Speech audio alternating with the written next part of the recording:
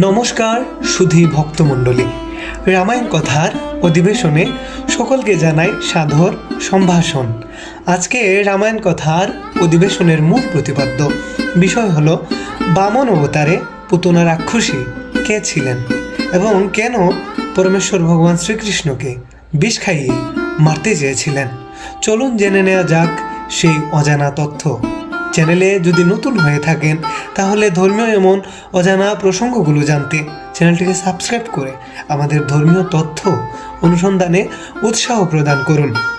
শ্রীমদ্ ভাগবতে কথিত রয়েছে শ্রীকৃষ্ণ খুব ছোট্টবেলা পুতনা রাক্ষসী বধ করেছিলেন, কারণ ভগবান যখন বামন অবতারে এই ধরাধামে অবতীর্ণ হয়েছিলেন তখন পুতনা রাক্ষসী ছিলেন রাজা বলির কন্যা রত্নমালা। ভগবান নারায়ণের অবতার বামনদেবকে দেখে রত্নমালার বাসনা জাগে বামনদেবকে সন্তান হিসেবে পাওয়ার জন্য, কেননা বামনদেব ছোট্টবেলায় এতই সুন্দর ছিলেন আর এত সুন্দর করে আদো আদো ভাষায় কথা বলতেন যে কোনো নারী দেখলে বামনদেবকে সেই নারীর বাসনা হতো যেন পুত্ররূপে সে পায়। ঠিক সেইভাবেই রত্নমালারও এই ইচ্ছে জাগলো এই সুন্দর বাচ্চাটাকে বুকের দুগ্ধ পান করিয়ে নিজের সন্তানের আসনে আসীন করবেন।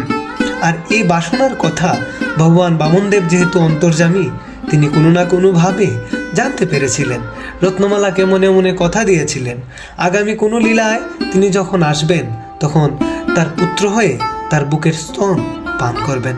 কিন্তু পরে যখন বামন অবতার রাজা বলির মাথায় পা রেখে চিরতরে রাজা বলিকে পাতালে পাঠিয়ে দিয়েছিলেন, তখন রত্নমালা রাগান্বিত হয়ে বলতে লাগলো, এ আমার বাবাকে চিরতরে পাতাল লোকে পাঠিয়ে দিল। এমন পুত্র যদি আমি পেতাম তাহলে সঙ্গে সঙ্গে বিষ পান করিয়ে মেরে ফেলতাম।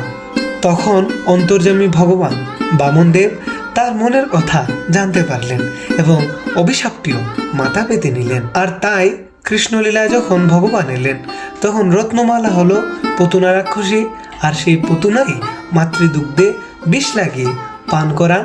আর তখন পরমেশ্বর ভগবান শ্রীকৃষ্ণ পুতনা বধ করে চিরতরে বৈকুণ্ঠ লোকে পাঠিয়ে দেন এবং মাতৃস্থানের সম্মান প্রদান করে থাকেন। ভিডিওটি যদি তথ্যপূর্ণ এবং অজানা প্রসঙ্গ বলে মনে হয় তাহলে আমাদের এই চ্যানেলটিকে আপনারা সঙ্গেই রাখুন, সঙ্গেই থাকুন।